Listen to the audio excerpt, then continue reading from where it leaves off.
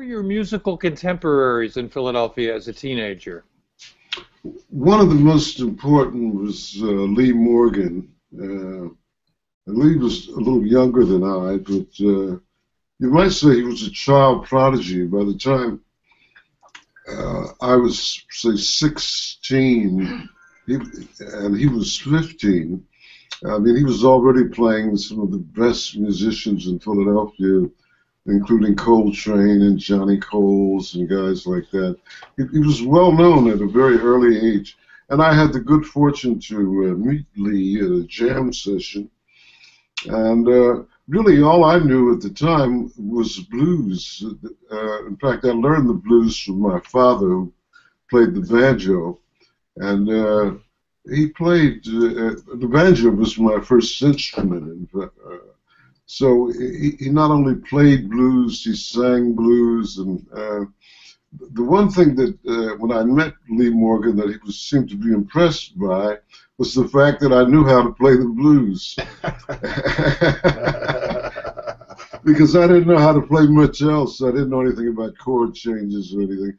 Although I was studying piano, and eventually I became this sort of go-to guy when he couldn't find a piano player. In fact, my first professional gig on piano eventually became a gig with Lee Morgan. When he was trying to find a pianist and he couldn't, he called me. And so the piano has also been one of my fundamental instruments, and one of my mentors at the time was Lee Morgan. We were very close friends during his youth. Archie, as a teenager, did you know that you wanted to be a professional musician? Well, actually, my initial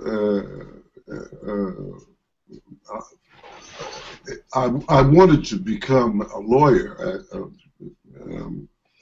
It was just, I was born about the time of, well, just before the civil rights movement became important. I mean, I was born in 1937. So during my formative years, I became an activist. But long before I thought that I wanted to do something for my people, you might say. And so my initial, what I wanted to do initially, when I went to college, I was a pre-law major. I wanted to go into law. And I had thought of becoming a lawyer. I guess I had dreams of becoming a kind of a Johnny Cochran or something like that. But from my perspective, I don't know if I would have ended up defending O.J., but I might have ended up defending people who needed it and who had no other recourse to justice or to the law. Even now, I think about that. It might have been a good thing if I had, or at least I might have played a larger role in the liberation, the ultimate liberation of my people.